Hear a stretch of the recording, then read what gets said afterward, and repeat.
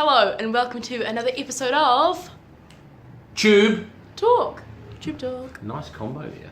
Thank you. Sorry, I should have done more onto it. It would have been more of a smooth. I was wondering if I should drum roll, but I was thinking tube, do I say talk? And I thought, well, Sophie chime in, I hung it out there and waited. We did it. It's fine. First thing we want to mention is something pretty exciting, and that's the last share of all the horses sold out. Yeah, which is great. Of the yearlings that we purchased at Karaka, we mentioned it on Tube Talk last week that there's one share left, and people have jumped in and taken them, and it's great and it's exciting.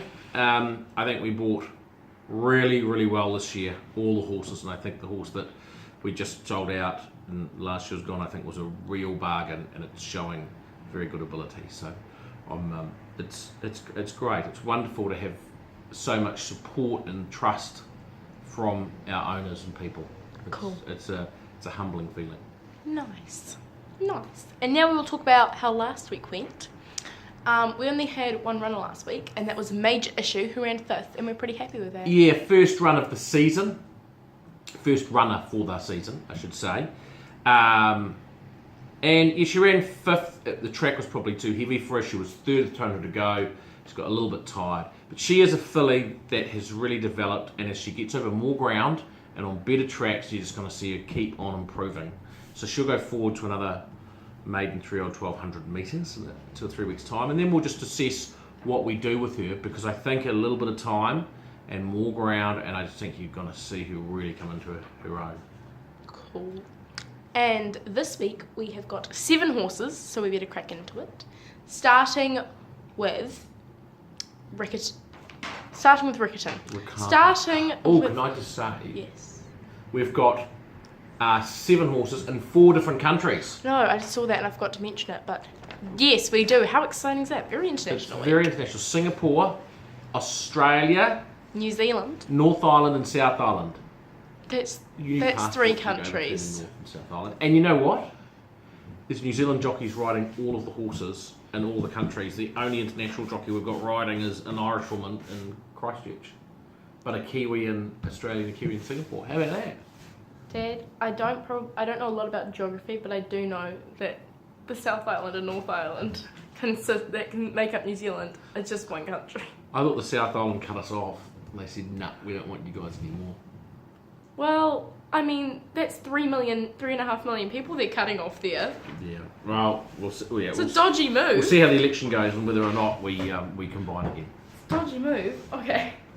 Anyway, we'll start off on Saturday at Rickerton. Race 3, we have Pinzano. So Pinzano down to her last chance. She's been a lovely horse for us, a good money spinner, raced well, but she just hasn't been herself this preparation. So she runs at Rickerton, nice race for her. She's got a nice draw. Lisa Allpress is on, who's ridden her for 2 wins previously, so gets on really well with her. She seems well, and we're taking the blinkers off, and it's an opportunity to show us whether or not she still wants to be a racehorse. If she doesn't run well, it'll be a last start, and if she does run well, she'll push on with her campaign. Nice. And we also have Frazzle running in race 4. So Frazzle raced on Wednesday at Rickerton, and we nominated her for Saturday as well. It's a $20,000 1400 metre maiden race, and whether she starts or not all really depends on how she pulls up. We won't make that call to Saturday morning. She is stepping up to 1400 for the first time, but Andrew Carston does think it will suit her. She feels great in her work, has drawn well. We've got Samantha Wynn on standby to ride her, so it'll just be all how she pulls up from Wednesday. Really hard to assess, unfortunately, for people at this point. We also have Zanotti running in race 6.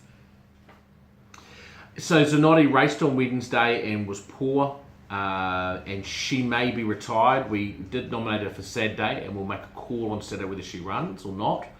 She's in a 75 2,000 metres, so it's out of her grade. And it will be her last start if she does race. So we'll see how she is Saturday morning through the Wednesday race. If she's come through well, and if the field may fall away, it may have 10 or less runners. If that's the case, we may run. And if she does, it will be her last start. If she doesn't run, then she will be retired. Mm-hmm. on Saturday as well, still on Saturday, at Flemington, which is Melbourne. Race 8, we've got Elward. Yeah, very exciting horse, important Irish bred horse who raced in France. Did 2 starts in Melbourne for a 5th and a 4th. He steps up to 2,000 metres, which is a distance he did 1 start at for 1 win. He strikes a good track, which is what he's been looking for. Well, he should strike a good track. It's good as at today. He gets his first good barrier. He gets barrier 5 of 16 runners, so should be able to settle handy. He's only got 54.5 kilos. Michael Walker rides. Everything points to him being very hard to beat. And great thing is he's running in a rating 78 race for $120,000. Awesome. Very good chance. He should run well. And now we move to Sunday at Te Araha, race 7. We've got Thread the Needle. Thread the Needle last start second, improving all of the time. Goes to Te Aroha, Danielle Johnson back from her 3-month holiday rides. Good to have her back in the country and back on Thread the Needle is a definite winning chance. Can win. There's about 3 or 4 chances in the race of which she's won. It's hard to separate them. What I will say is no matter what she does the rest of this prep, she is going to be lengths and lengths better at her second preparation. So it's a distinct each way chance. Also on Sunday at Singapore, race 3, we've got Holy Grail. Holy Grail, we weren't happy with the ride last start. We wanted him ridden handy. He was ridden back. It was a slow pace and you couldn't make ground. He was meant to be running over 1,800 metres this weekend, but unfortunately they canned that race. So he's having to race over a mile. It's only a 10-horse field. He has drawn quite well, barrier 4. And we've got Craig Grills, the Kiwi jockey, riding him.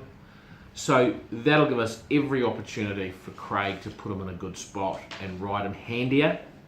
And that should see him run better. Now, if he doesn't run better, we will look at spelling him because he may need a break.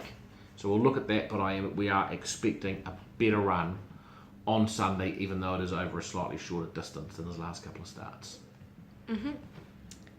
And finally, next Wednesday at Ruakaka, we have got Black Pearl running over 1,400 metres. She had a first start, 4th on debut. It was a good run. She is a bit mad, throws her head around, does a lot of things wrong, but she's improving all the time. She goes to Ruakaka, she'll get a better track which will suit her. The 1,400 metres should be more up her alley. She is still learning. She will be restrained back in the field and asked to relax and asked to run home. So it's not about winning for her next Wednesday, it's about continuing to teach her.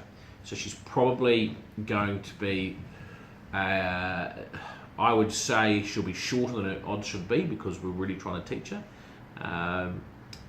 And on ability she can win, but I think we might see her improve further through her next couple of starts. And now we move on to Bet of the Week. Bet of the Week. How did we go last week? Last week we ran second. Here's the one, second. Here's the one. Close. Second. And you know what? I'm being weak this week. Week this week? I think we just need a winner. So do you want to announce the Bet of the Week? I will announce the Bet of the Week. Can I have a drum roll, please? The Big Opal. Running at Riccarton, race 7. In the Grand National, it is weak. I think he's about a $2 fixed odds favourite. But he's the best steeplechaser in the country, I think, by a distance. His win last week was outstanding. He is a very, very good horse, and it's just so hard to see him being beaten. And I think even though it's $2, you should run through any multis that you've got and anchor him in quaddies and trifectas and first fours. Because I think unless he falls or something untoward happens, I think he will just win the race. There you go. There you go. That is Bet of the Week, but that is Bet of the Week and Tube Talk. For another week. Thank you, Sophie. Thank you, Ellen. And we'll see you next week. Bye.